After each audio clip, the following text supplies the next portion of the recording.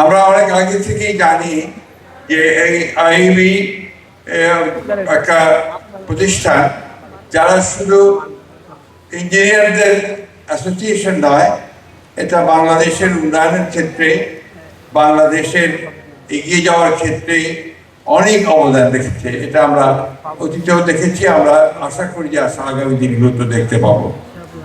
প্রিয় সুধীবৃন্দ, এখানে আজকে আমাদের মাঝে উপস্থিত আছেন আমাদের বিশেষ অতিথি, যিনি নিজে একজন ইঞ্জিনিয়ার, আমাদের ইঞ্জিনিয়ার তুহিন। আমি আশা করব যে তার বক্তব্য আপনারা শুনবেন এবং আমরা আজকে যারা এখানে সম্বর্ধিত হয়েছেন বিশেষ করে তারা নিজেরাই অত্যন্ত গুণী ব্যক্তি। এবং আমি বিশেষ করে জানি যে আমাদের স্বাধীনতা পদক যিনি পেয়েছেন এবং আমাদের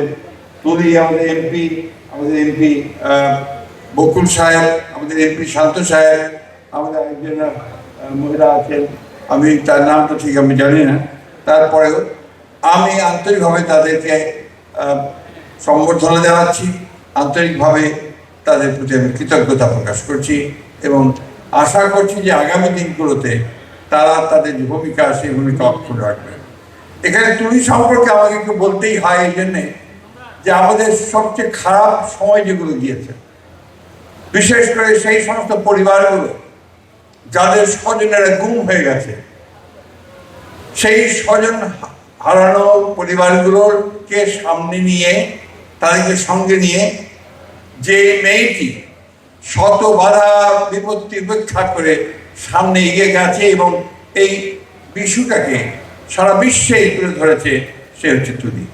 আপনি কি জানেন না যে যখন এই সম্পর্কে কথা বলা বিপজ্জনক ছিল, যখন এই সম্পর্কে কাজ করতে গেলে তুলে নিয়ে গিয়ে কিভাবে নির্যাতন করতো সেটা আপনারা অনেকে জানেন।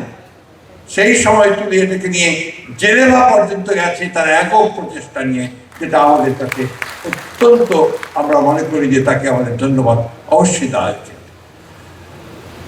যাদের স্বজন হারিয়েছে তারা জানেন তার দুঃখ কি, ব্যথা কি, বেদনা কি, এবং এই ব্যথা বেদনাগুলোকে সামনে নিয়ে তুলি তার মায়ের ডাক সংগঠনকে নিয়ে সামনে এগিয়ে এসেছে। এখানে অন্য যারা আছেন তারা প্রথিতযশা প্রকৌশলী, ইঞ্জিনিয়ার, তারা প্রত্যেকেই নিজের ক্ষেত্রে অবদান রেখেছেন এবং যারা এমপি হয়েছেন তারা তাদের এলাকায় তাদের জনগণের মধ্যে অভূতপূর্ব জনপ্রিয়তা অর্জন করেছেন। সেই জন্য আমি তাদেরকে আন্তরিকভাবে ধন্যবাদ কৃতজ্ঞতা দিই। সুধীবৃন্দ, আজকে এখানে সবাই যারা আছেন তারা সবাই বেশিরভাগই প্রকৌশলী এবং এই দেশের সবচেয়ে উচ্চশিক্ষিত মানুষদের মধ্যে আপনারা, এবং সবচেয়ে প্রিভিলেজ ক্লাস যদি বলি আমরা, সেটা আপনারা। বাংলাদেশে আমরা এই 57 বছর বয়সে আমরা একটা স্বাধীনতা যুদ্ধ করেছি, এরপরে গণতন্ত্রের জন্য লড়াই করেছি বারবার, আমাদের সমস্ত অধিকারগুলো আদায় করবার জন্য আমরা লড়াই করেছি, অনেক প্রাণ গেছে, অনেক রক্ত গেছে, রাজপথ রক্তে রাঙা হয়ে গেছে। আর এবারকার এই যে জুলাই, যেটাকে আমরা 24শে জুলাই বলছি, এই জুলাই গণ অভ্যুত্থানের পরে সাধারণ মানুষের মধ্যে কিন্তু একটা বোধ সৃষ্টি হয়েছে। সেই বোধটি হচ্ছে যে আমরা একটা নতুন একটা বাংলাদেশ চাই, আমরা সেই পুরনো ঘুরে ধরা বাংলাদেশ আর দেখতে চাই না। এবং সেই ক্ষেত্রে আমি মনে করি আপনাদের ভূমিকা, প্রকৌশলীদের ভূমিকা সবচেয়ে উল্লেখযোগ্য এবং প্রয়োজনীয়। আমি এখন যে মন্ত্রণালয়ে কাজ করছি, এই মন্ত্রণালয়ের কাজটাই হচ্ছে আপনার প্রকৌশলীদের নিয়ে।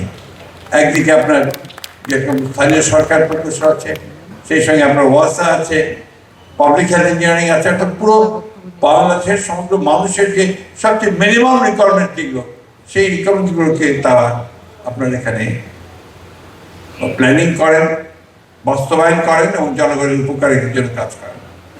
আপনাদের প্রতি জনগণের আগ্রহ অনেক, আকাঙ্ক্ষা অনেক, এবং তারা আশাও করেন অনেক, প্রত্যাশা অনেক, যে আপনারা যে প্ল্যানিংগুলো করবেন, যে কাজগুলো করবেন, সে কাজগুলো জনগণের সত্যিকার অর্থেই কাজে লাগে।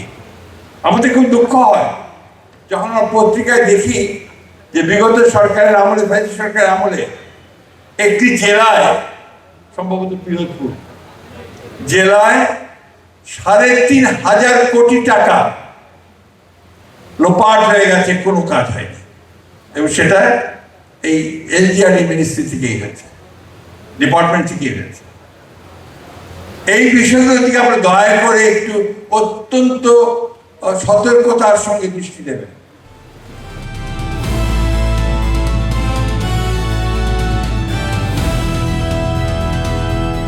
দিনাজপুর টিভি, মানুষের জীবনের কথা বলে।